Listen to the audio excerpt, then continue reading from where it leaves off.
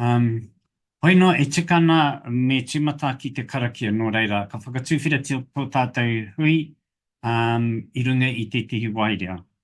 Reira, wairea, wairea. Wairea tōni tapu nei. Wairea te kura waka nei. Wairea te tū hono hono rorohiko nei.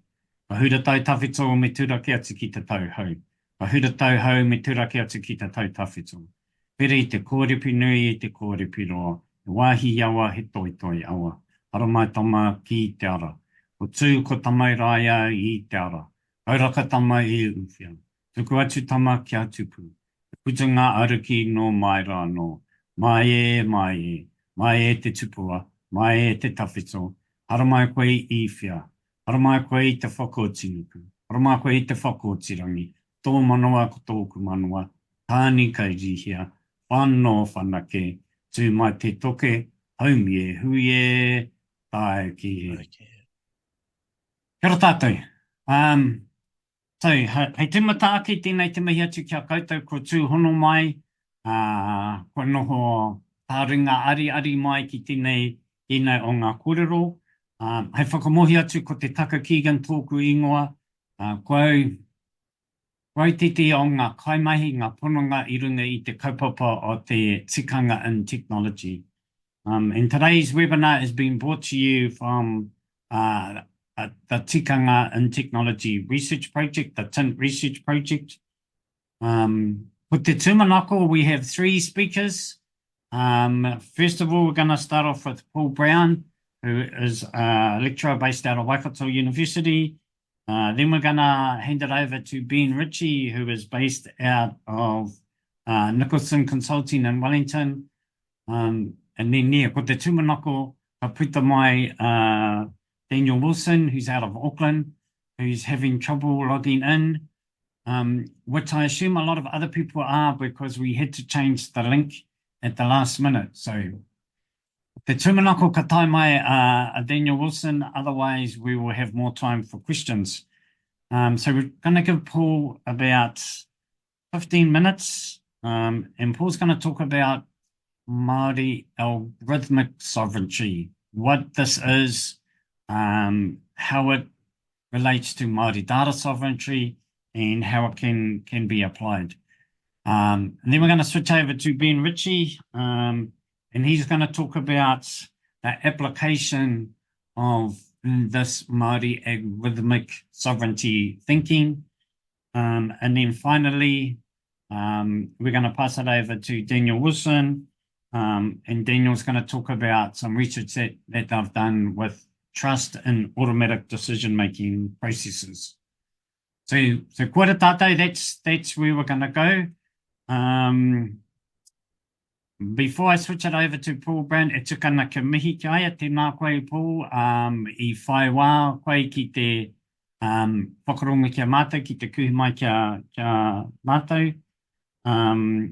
No te iwi a tainui a Paul, ko he hakana te marae I whaingaroa, no Ngāti Kairo hoki a Paul, ki te ramarai rongonui a Waipapa ki Kāwhia.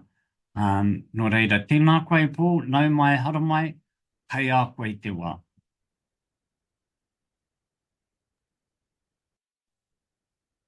E te ti, e te tā, e aku rau rangatirama, tēnā rā tātou katoa. Ngā mihi kia koe te taka, mō te timata tanga karakia, me tō ngā mihi. Tēnā koe. Tēnā kōrua Ben raua ko Daniel when he arrives. Kei te tūmanako a hau ki o kōrero. He uri a hau no tainui waka, ko kari ai te tōku maunga, ko whaingaroa me Kāwhia oku moana, ko tainui me Ngāti Kairo oku iwi, ko Paul Brown tōku ingoa. So kia ora everyone, and thank you for joining us today. My name is Paul Brown, lecturer at the University of Waikato, like Te Taka said. And today I'm going to give a brief talk on a paper that we've just published on this idea of Māori algorithmic sovereignty. So let me just make sure I can share the screen. Oops, I might. Share. Everyone can see this okay? I hope. Okay, cool. So as Taka said, this is all three of these talks today are part of the Tikanga and Technology project, stream number 3. So stream number 3, our part in this was on this idea of decolonizing operational algorithms. So with the world being ever more prolific with data, and now these new algorithms and these decision support tools coming through that use vast amounts of data, there's kind of natural progression to think about, well, we talk about multi-data sovereignty. What does that look like in this particular use case of algorithms? So that's what we're writing this paper, or that we wrote this paper on, and Ben will also, I think, give us some use cases of using these ideas. So I'll just first quickly kind of identify what an algorithm is, or how we're framing what an algorithm is, because that kind of helps us in terms of building guidelines and frameworks for the ethical use of multi-data within algorithms and algorithmic systems.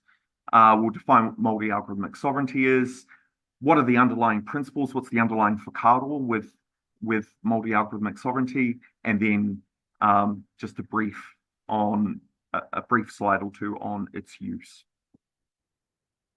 So when we talk about algorithms, and I'll just minimize this so hopefully everyone can see this figure.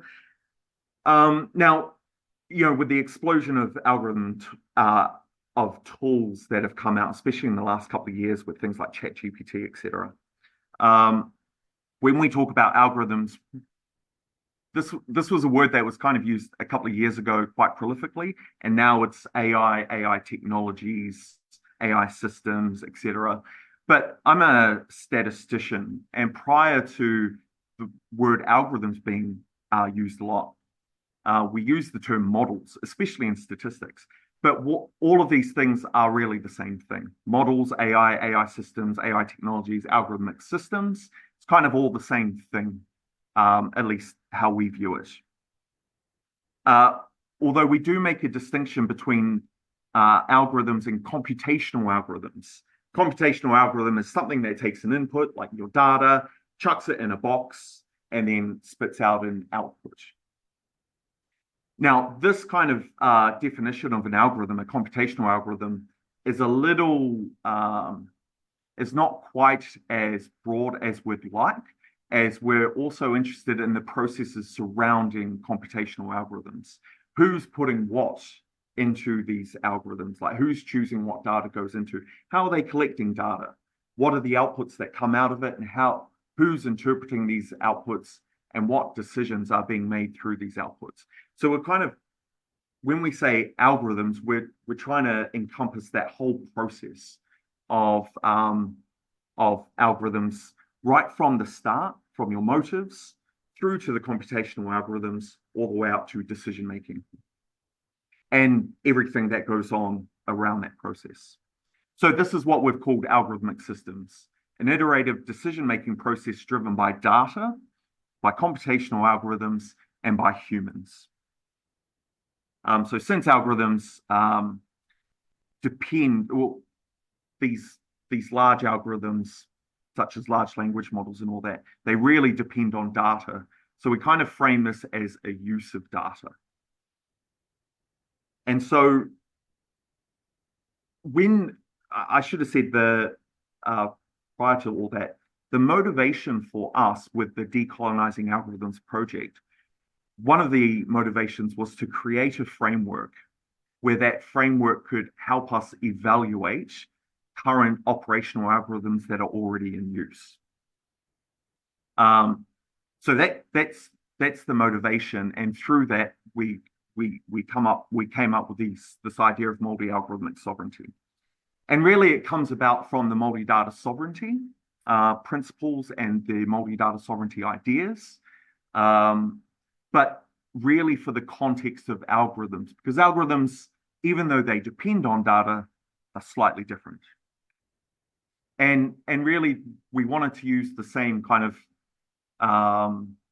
whakaaro, the same thinking around the use of Māori algorithmic sovereignty when it comes to trying to correct power imbalances. We in the literature, especially when you're talking about algorithmic bias, there's a lot of use cases out there where marginalized groups have been negatively affected by algorithms, kind of perpetuating systemic biases that can come about through bad historical practices that lead to data collection, which is inherently bad, things like that. So the idea of Māori algorithmic sovereignty, similar to Māori data sovereignty, is that algorithms that use Māori data, I'm hoping that everyone's familiar with the idea of Māori data and what that is. So algorithms that use Māori data or that are applied to Māori individuals, collectives, or environments that Māori have right or interests in should be subject to Māori governance structures and Māori rules and Māori laws. Basically giving Māori, especially those that have been subject to, or their data, I should say, has been subject to an algorithm or a model or an AI system, giving them some kind of power back into how they can, how making decisions about how their data should be used in the case of an algorithm. So that's the idea of Māori algorithmic sovereignty. And so we also use similar properties, similar principles and similar values in underpinning what that really means, what it might look like in practice. And so basically we use the same principles that the Māori data sovereignty principles use, but contextualizing them in the context of algorithms, but also addressing certain like unique issues that algorithms have that perhaps you won't see in terms of data systems, data ecosystems, and data collection. So under rangatiratanga, we have the control, jurisdiction, self-determination. Those principles don't change at all. But under whakapapa, there's a Māori data sovereignty principle called data disaggregation. Anyone working in official statistics will know that as you disaggregate down from a population into subpopulations, there are real issues with information loss. Now, in the context of algorithms, that you don't really, well, you may have that issue, but it's not as prominent issue as it is with official statistics and data systems. So we have something called data lineage under whakapapa, where the governance, history, and use of Māori data that is used in the algorithm must be clear and transparent, and also uphold the principles that are set out in the Māori data sovereignty principles. So just giving some, making sure that those that are using Māori data are transparent with its use, are transparent with how they got that, how they're looking after it, how they're managing it, how they're disseminating the information, and ultimately how they use that data. So you've got whanaungatanga and kotahitanga as well, these principles of Māori data sovereignty, adopted into Māori algorithmic sovereignty. We've introduced the principle of redress. There's a lot in the algorithmic bias literature around, especially in the crime and justice kind of sector, where I have a little bit of work that I've done in the past, about if someone uses data to make a decision about what you might do in the future, then there should be a way to be able to challenge those decisions from an algorithm. This is something that's talked about a lot when it comes to recidivism risk algorithms and algorithms that try and predict the risk of you reoffending. If a computer takes a whole lot of data and then takes your data and gives you a prediction about what you might do in the future, and a judge is using that to make a decision whether to do whatever, then you should have some kind of right to say, hey, wait a minute, how did that actually come about? And there needs to be some explainability and transparency going on there. There's a couple of other ones. I don't want to go on too long because we've got a couple of other speakers, but solidarity was another one that was changed from connectiveness in Tikanga. So in Māori data sovereignty, the sub-principle of connectedness was for Māori to work alongside other Indigenous people. We've kind of tried to extend that to be more, we're working not only with other Indigenous folks, but also those that have, been on the negative end of algorithms and algorithmic use. Few other ones here. Kaitiakitanga doesn't really change. We've introduced privacy issues in Manaakitanga. So one of the issues, like I've been talking about, is in algorithms is algorithmic bias. What that is outputs of an algorithm that benefit or disadvantage one group over other groups without justification or reasons other than belonging to that group. So this is a pretty deep issue in terms of what actually leads to algorithmic bias, whether it be assumptions in the modeling process, whether it be issues with historical bias in data, whether your algorithm works fine and your data is good, but then someone on the back end is making decisions that don't, that aren't consistent with the data output. Someone interprets it different than how it should be. And all of these things and others can lead to algorithmic bias. In our paper, the Māori Algorithmic Sovereignty paper, we talk about colonizing bias as kind of a subset of racial bias, but with respect to Indigenous groups that have been colonized. So prejudice or injustices against an Indigenous group due to colonization that results in negative outcomes for that group. And then we talk about it specifically in the context of algorithms. Algorithmic output that leads to bad outcomes for Indigenous groups. So one thing that we had specified in our paper, like I said, that in the Tikanga and Technology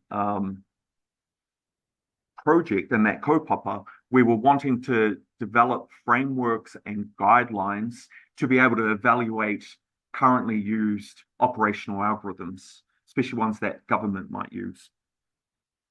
And we found that it's really hard to do that without some kind of structure underlining the questions that you might ask.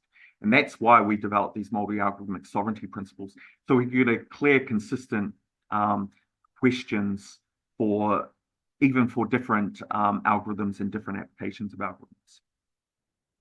So basically, in the paper, we specified a way that you can develop or to construct a framework to be able to evaluate. So it's kind of a kaupapa Māori mixed methodology. You've got the quantitative stuff, but also the qualitative stuff with the using the principles.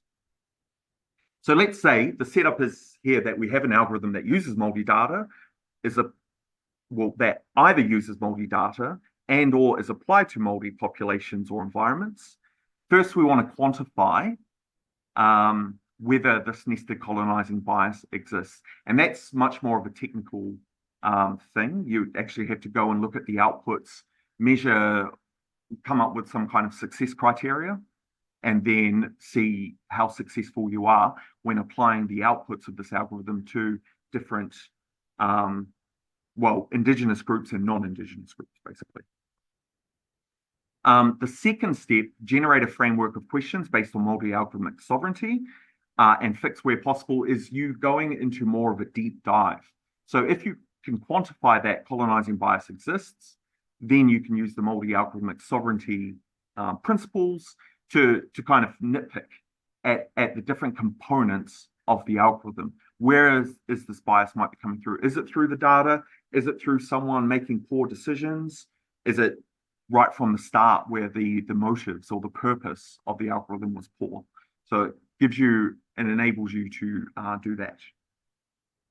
And then it would be a rinse and repeat process, an iterative process where you make the fixes, let the algorithm run, then try it again, the quantifying part.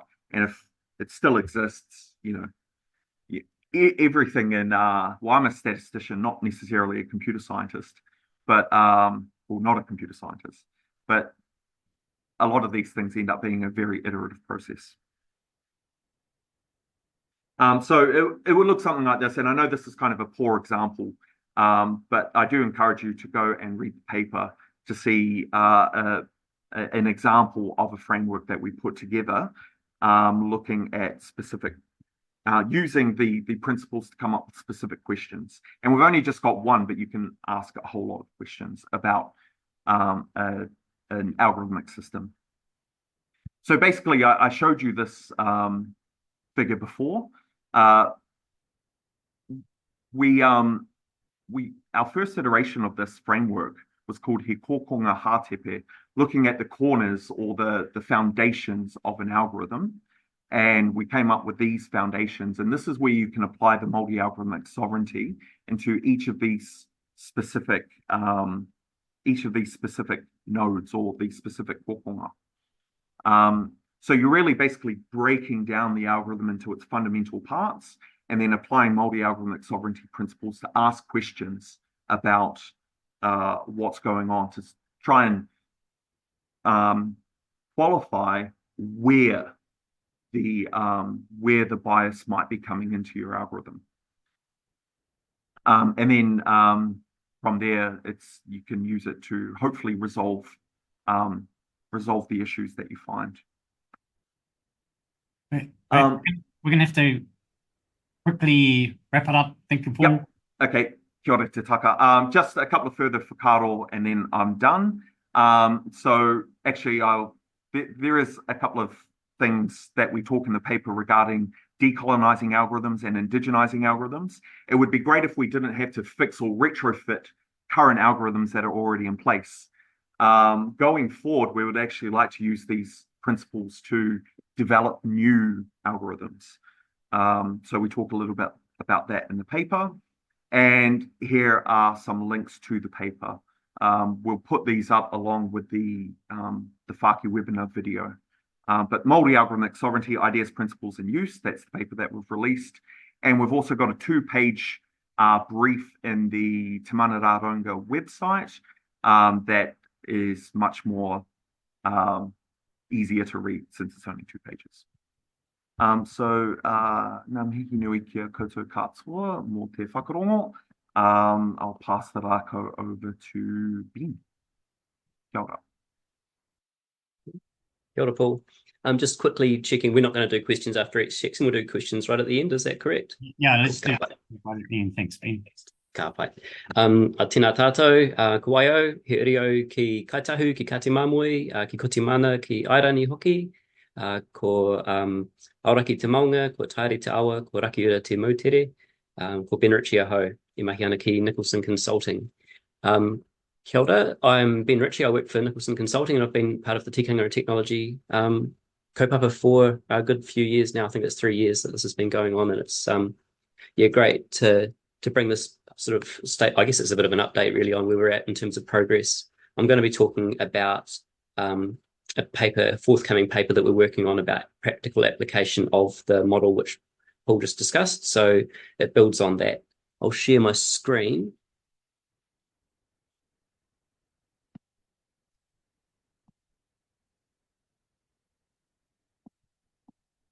Cool. Hopefully you can all see that in full screen. Okay. Cool. So just want to start off with some acknowledgements. So yeah, absolutely want to acknowledge the Tikanga Technology crew. It's been past and present. There's been sort of people that have come in and out.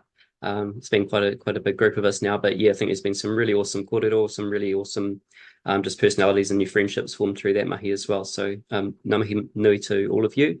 Ngā mihi to I'll talk a little bit about a practical application of the framework to algorithm developed by Ministry of Social Development. So it's not to mihi to Tony Simmers and his team who've been really open about engaging with us on this.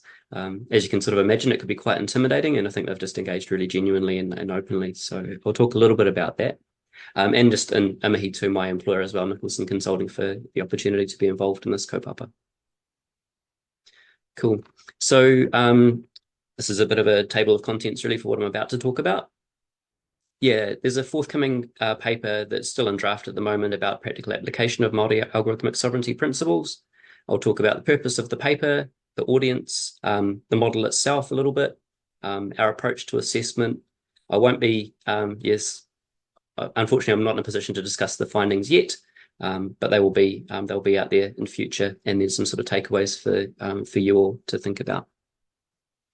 Right. So you'll recognize that diagram from Paul's previous slides. So yeah, the purpose of the paper is it's to demonstrate a practical application. Sorry, I'll just minimize because you're covering me up a little bit there. Yeah, it's about demonstrating practical application of the Māori algorithmic sovereignty principles, but it's also about continually refining and improving that model through application as well. There's a community enabling aspect to the framework, so it has multiple, I guess, end users, multiple people that can actually gain benefit from application of this model. That includes people doing the development of the algorithms themselves, their managers, which could also include the people making a lot of the business decisions around that. Importantly as well, it provides a framework to assist governance and public accountability of algorithmic decision making. And yeah, ultimately the purpose is to provide a perspective on how algorithms should be applied, as Paul mentioned, in the context of Māori data, but as we've probably said elsewhere, and I say all the time as well, what's good for Māori data is good for data, what's good for Māori is good for all. So these are good principles that can be applied to the development of algorithms. Cool. So just briefly, talking about the model name, and the model is the Youth Service Model. What this does is there's a voluntary program that Ministry for Social Development administers that provides assistance for rangatahi aged 15 to 17. Ultimately, the business case for it is around ensuring that young people have access to employment and education support where they need it, if they're at risk of dropping out of school and not finding employment. In technical terms, what the model does is it takes data and predicts how much time a young person will spend in receipt of a benefit. So I think just given what Paul was talking about before in terms of colonizing bias, in terms of some of the systemic racism faced by Māori in Aotearoa, I think you can see the great significance of this model to Māori, and in that sense, it's a really great test case for these principles. What's also been done in the past, this final bullet point, which I'll mention there, FRAE, is privacy, human rights and ethics framework that Ministry of Social Development uses. It's a framework that's been developed a number of years ago. This model has been through that process. It's currently subject to ongoing ethical review. In other words, Ministry for Social Development have taken ethics into consideration at the outset of developing the algorithm.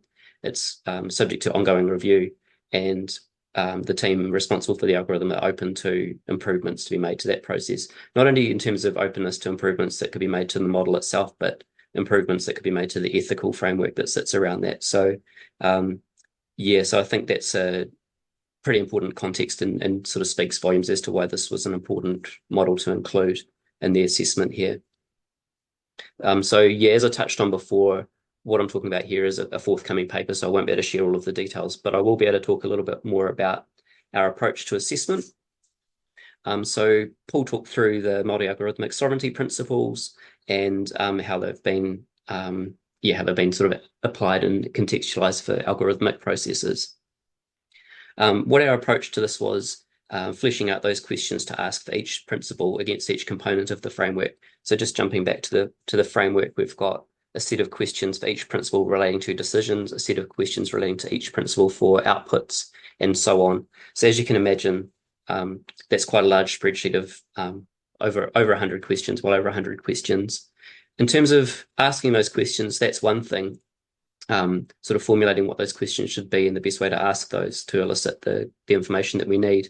Answering those questions is another part of the challenge as well. So our team has spent a bit of time digging into technical specifications, undertaking analysis of the underlying data sets. That's both the input and output data sets that go into the model. But really importantly as well is that kōrero with the teams that are involved in that as well, because you gain so much richness that's not necessarily captured in technical specifications, or sometimes those documents are out of date.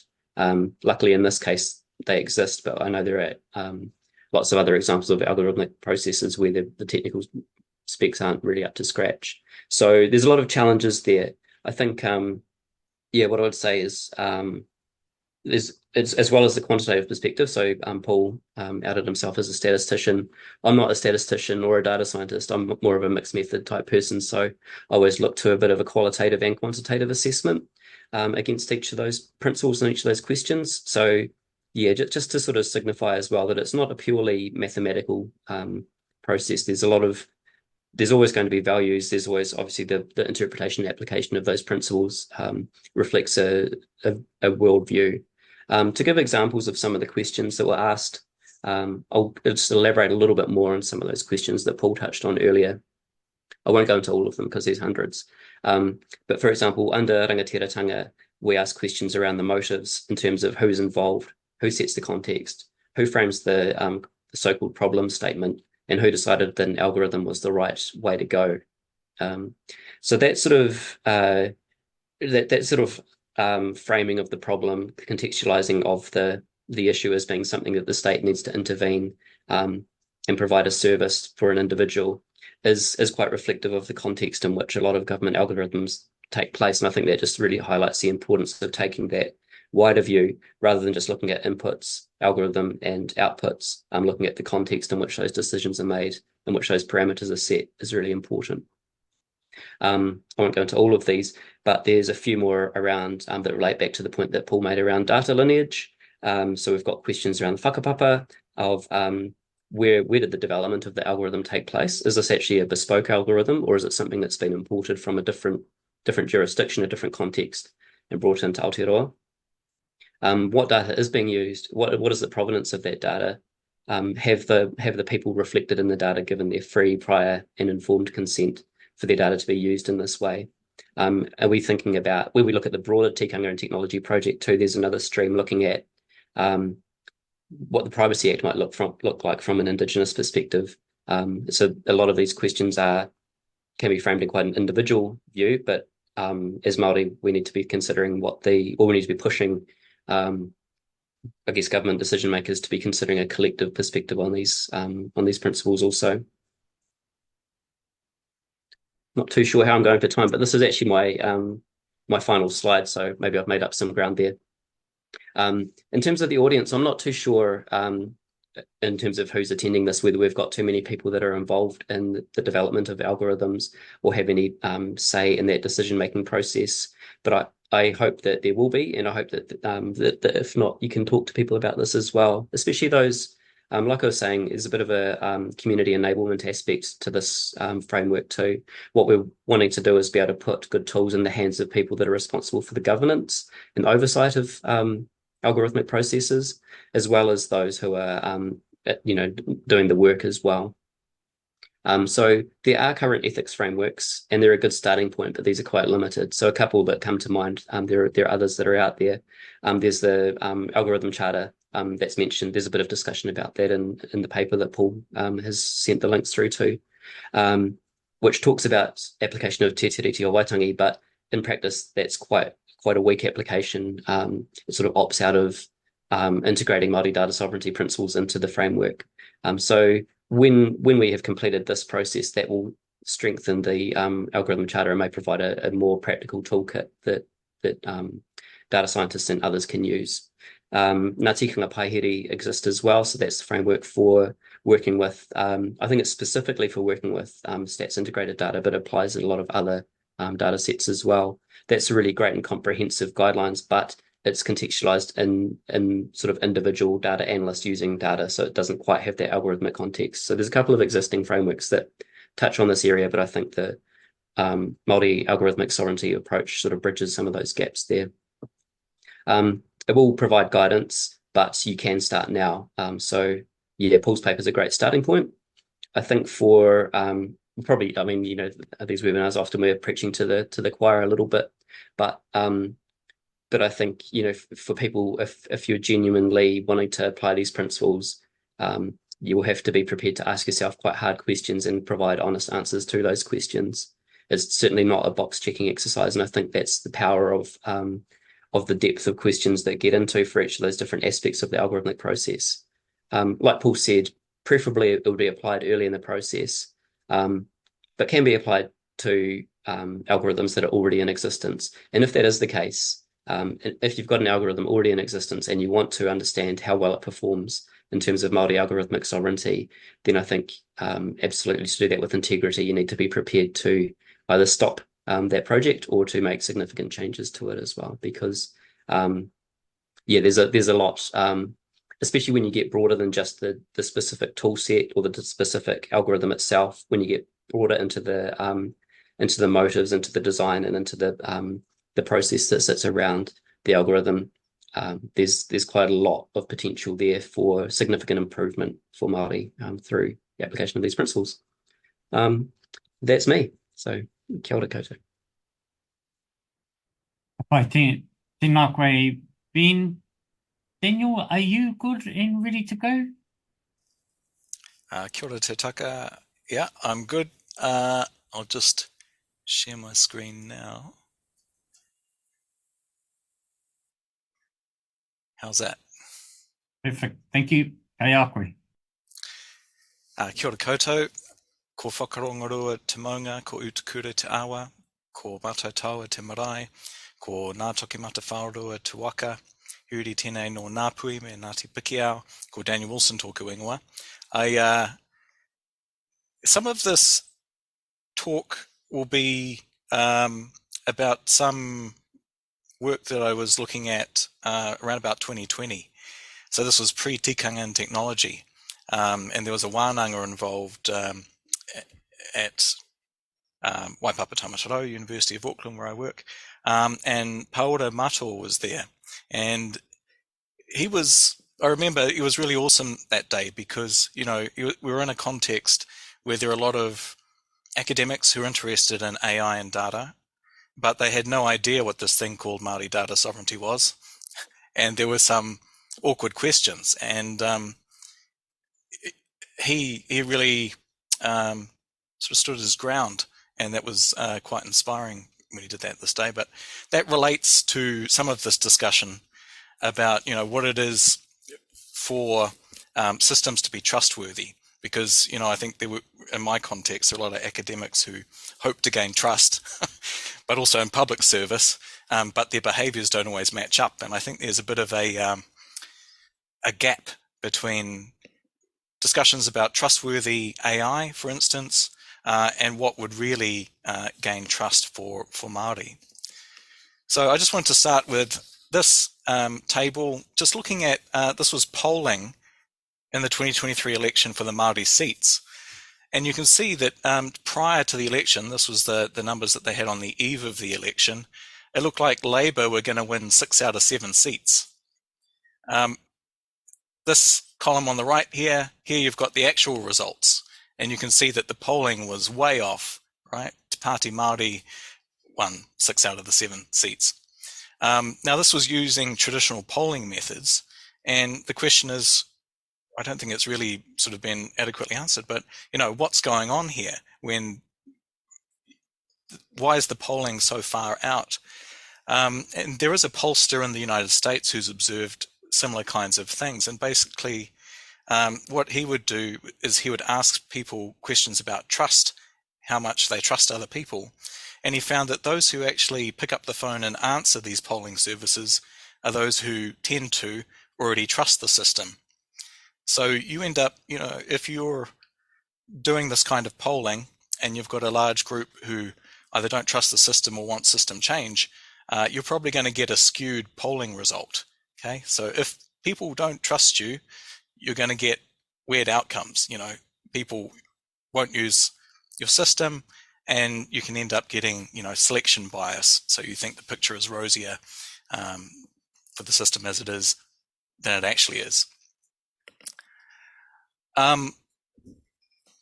So trust is probably an element there. Now here's another context around AI. So I'm involved in another project related to mate wareware dementia, using routine health data to try and predict it.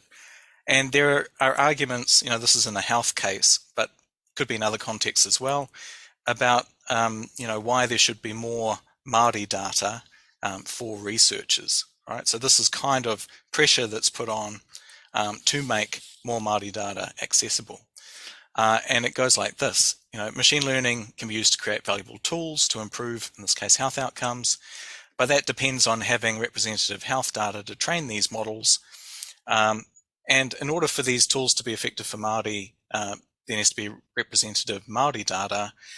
Therefore, so the arm wringing, arm twisting goes, machine learning requires access to representative levels of Māori health data to train those models that will improve health outcomes.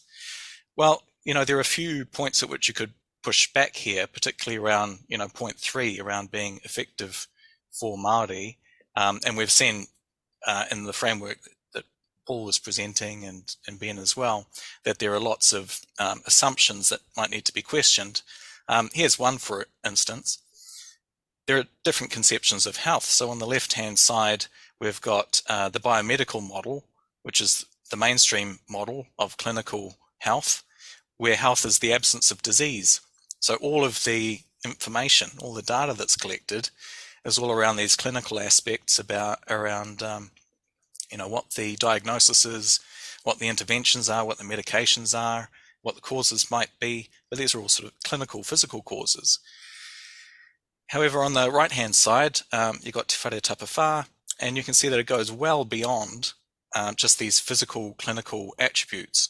If you are looking at hauora from Te Whare Tapawhā perspective, you would need a lot of different data in order to develop some sort of system that would optimize for this, right? So it's not just if you get more data, you'll have a system that'll work well for Māori. You need to have the right kind of framing. Here's a model by Makarena Dudley, specifically around mate wareware. And, in terms of things like protective factors, ngā rongoā, you've got things like the use of te reo Māori and waiata, whakapapa, whai kōrero, being actively engaged in cultural practices. There's no data collected on that, for instance, right?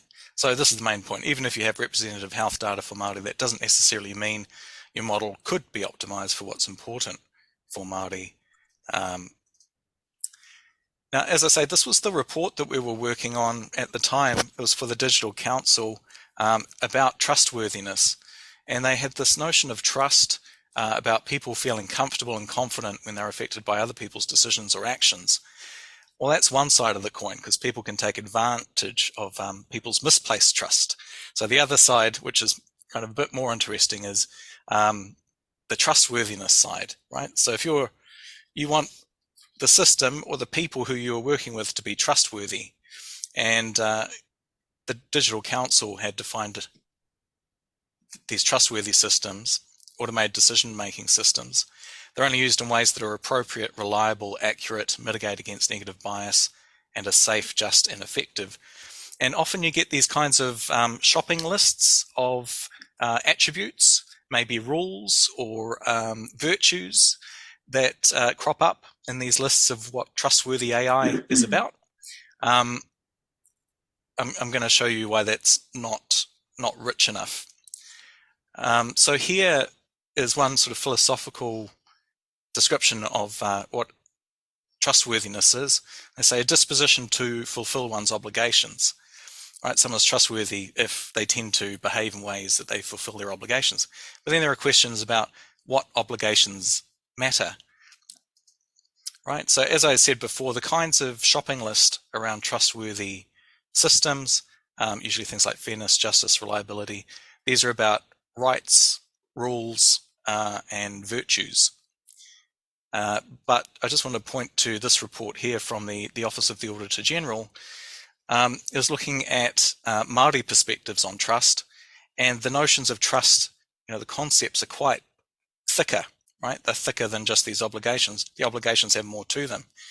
So trust is relational, trust is reciprocal.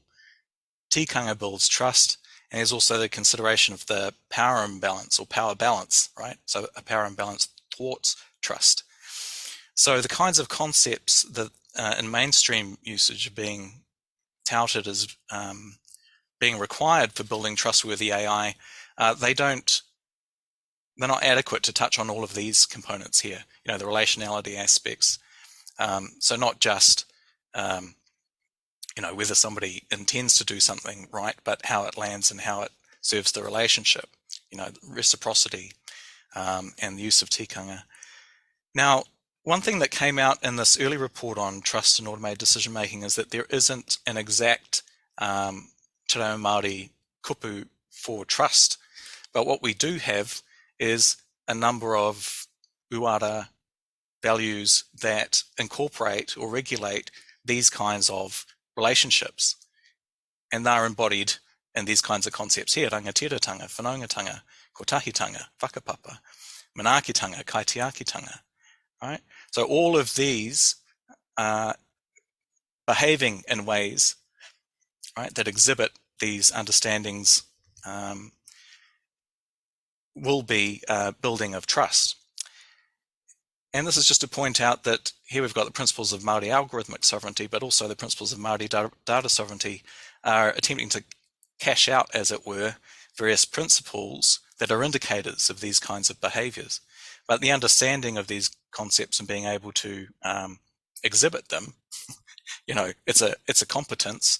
It's not a checklist. And these questions come out of, you know, the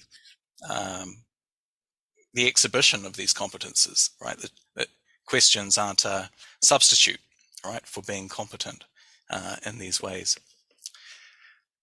Now, a point that was made before, this is the last slide, by Ben, is that the algorithm charter, you know, its intention was to build, you know, more trustworthy systems.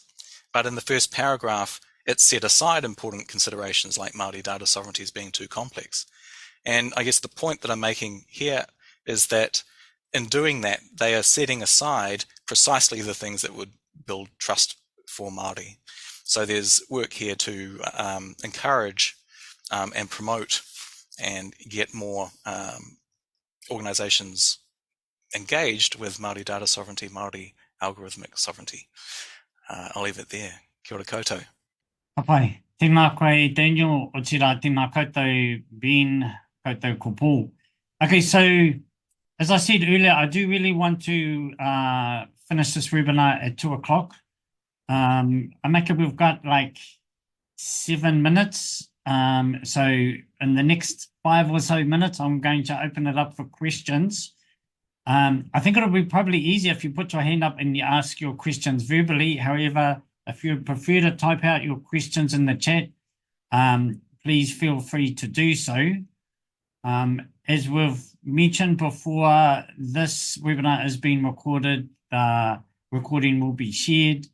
The slides that have been generated by Paul or been created by Paul, Ben, and Daniel will also be available. Come back to the site that Natalie posted, and those slides will be available there. Aside from that, kei te mihi atu kia koutou katoa e whakarongo mai. Has anybody got any questions? Kia ora. Oh, awesome conversation today. My question's around biometrics and the way I've just been reading it more and more in the media and the implications it has within that system level discussion of ideally we're starting to thinking before it gets moving, but the horse is kind of bolted. Just your different individual perspectives on how you've weighed in or tried to influence in those places. Kia ora, great question. I'll just jump in real quick because I know we don't have much time. That's a hard question, eh? Because like a lot of sort of technological advancements, they happen before decision makers have even sort of caught up to it. So it's a real difficult one. I think we are seeing more opportunity for Māori governance in spaces that affect Māori. Well, we have been in the past. Hopefully that will continue. Yeah, and so I think tools such as this can help by helping helping people who may bring strong like cultural perspective or strong whakapapa, strong community perspective to a governance role. It's hard to bring that and a technical perspective too. So I think just better equipping our people to govern and sort of oversee decisions that are made about our people is a key aspect. That's my initial thoughts. Yeah, I don't have any particular things to add to that, but yeah, it is.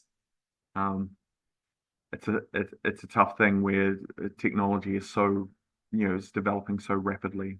So we're just really trying to catch up. So yeah, but great question. Thank you. I think, yeah, raising awareness of these issues is awesome and positive as well. I feel like some of the stuff that I do is more on the kind of sometimes the critical side. So I'll do things like, OIA, the Department of Internal Affairs, or Ministry of Social Development, and try and get their ethical analysis, and then, pick it apart in a lecture or something like that to say, here are where you've flagged a risk, and then you've flagged, how you're going to mitigate those risks, but actually you're just ignoring the issue. So really bringing greater transparency to these processes that are meant to be in place for safety. And I guess I'm lucky because I'm in an academic institution that lets me, gives me flexibility to teach on these kinds of things. So I'm hoping to, inform some of our tauira so that they know what to look out for. There's just been a question raised. I see you've jumped in and answered it, Ben. Is there someone that you three recommend who could help build out Māori data sovereignty capacity? So Ben's already jumped on and answered. Have you got any thoughts around this, Daniel or Paul? Yeah, for me, I think there's some nice resources out there, and that's where it would be great to start off with. So the Te Mana Rārangi webpage has a fair amount of resources on it for Māori data sovereignty. Yeah, I mean, basically, if you're a Māori technologist in any space, you're going to have so many calls on you. So there are a lot of good people out there. It's also where there's capacity, bandwidth for all these things. I think by coming along and watching some of these webinars is a good start as well, because then you're starting to connect with people who are working in the space. Okay, I'm actually going to wrap it up there. According to my clock, we've got 1 minute left, so kei te mihi atu ki a koutou, tēnā koutou, I tae mai, I whakarongo mai, o te rā koutou I rongo me ki tua atu I tēnei o ngā rā, tēnā koutou. I te mea timata I te karakia, koti I te karakia, unuhia ki te urutapu nui kia wātea, kia māma, te nākau, te tina nā te wairua I te ara takatū. Hoi rā e rongo, whakairi aki ki runga kia tīna. Haumi e hui e, tae ki e. Kia ora tātou.